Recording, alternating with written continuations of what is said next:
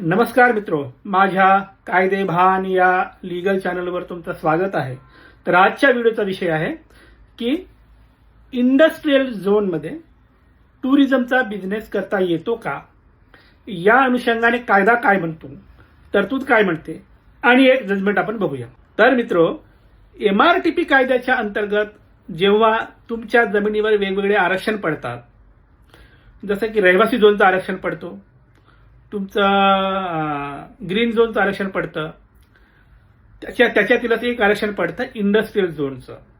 बऱ्याच जमिनीवर मी असं पाहिलं की इंडस्ट्रियल झोनचं आरक्षण पडलं म्हणजे काय, याचा अर्थ असा आहे की त्या जमिनीमध्ये आता इंडस्ट्रियल डेव्हलपमेंट झालं पाहिजे, मोठ्या कंपन्या कारखाने आले पाहिजे आणि तिथे लोकांना पैसे कमवण्यासाठी उद्योग वगैरे अवतीभवती निर्माण झाले पाहिजे.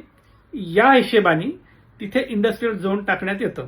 थोडक्यात इंडस्ट्रियल झोन टाकताना MRTP कायद्याअंतर्गत उद्योगधंदा यावा या हेतूने इंडस्ट्रियल झोन टाकलं जातं.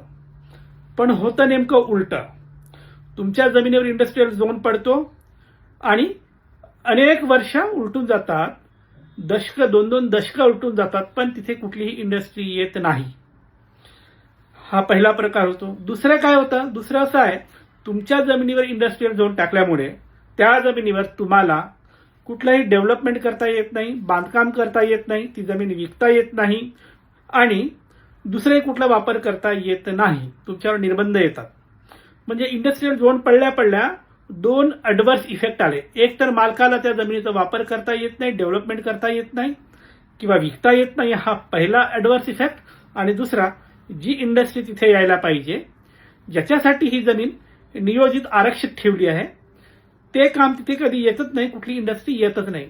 मग या केसमध्ये तुमच्याकडे अजून एखादा काही अल्टरनेटिव्ह आहे का? आहे. तो म्हणजे जर तुमच्या जमिनीवर इंडस्ट्रियल झोन पडला असेल तर त्या जमिनीवर तुम्ही टुरिझमचा व्यवसाय चालू करू शकता. का? कारण कायदा असं म्हणतो की टुरिझम सुद्धा एक इंडस्ट्री आहे. टुरिझमला कायद्याच्या परिभाषेत इंडस्ट्री मानल्या जातं.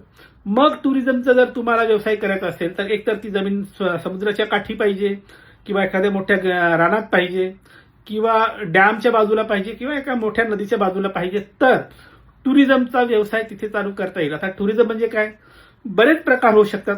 टुरिझमचं एखादं मोठं हॉटेल तयार करता येऊ शकतं, बोटिंग चालू करता येऊ शकतं किंवा अजून कुठला टुरिझमचा प्रकार तिथे सुरू करू शकता. त्यासाठी योग्य त्या डिपार्टमेंटकडे अर्ज देऊन परवानगी घेऊन तुम्ही इंडस्ट्रियल झोन पडलेल्या जमिनीवर टुरिझमचा व्यवसाय उभा करू शकता आणि त्याचा वापर करू शकता. ही तरतूद कायद्यात आहे. बरं, या अनुषंगाने काही जजमेंट आहे का? हो आहे. खाली डिस्क्रिप्शन बॉक्समध्ये त्या जजमेंटचं मी नाव आणि डिटेल देतो, ते वाचून घ्या. आणि तुमच्या जमिनीवर जर इंडस्ट्रियल झोन पडला असेल तर टुरिझमचा व्यवसाय चालू करू शकता. त्या अनुषंगाने हे होते कायदेशीर डिटेल्स, माहिती, तरतूद आणि एक जजमेंट. आता दोन सूचना. थेट फोन करायचा नाही, अजिबात करायचा नाही. खूप महत्वाचं काम असेल तर दिलेल्या व्हॉट्सअप नंबरवर मेसेज टाका. तुमच्या केसमध्ये मेरिट असेल तर आम्ही सल्ला देऊ. आणि दुसरं, वैयक्तिक सल्ला मोफत नाही, त्यासाठी फीज लागू आहे. बाय.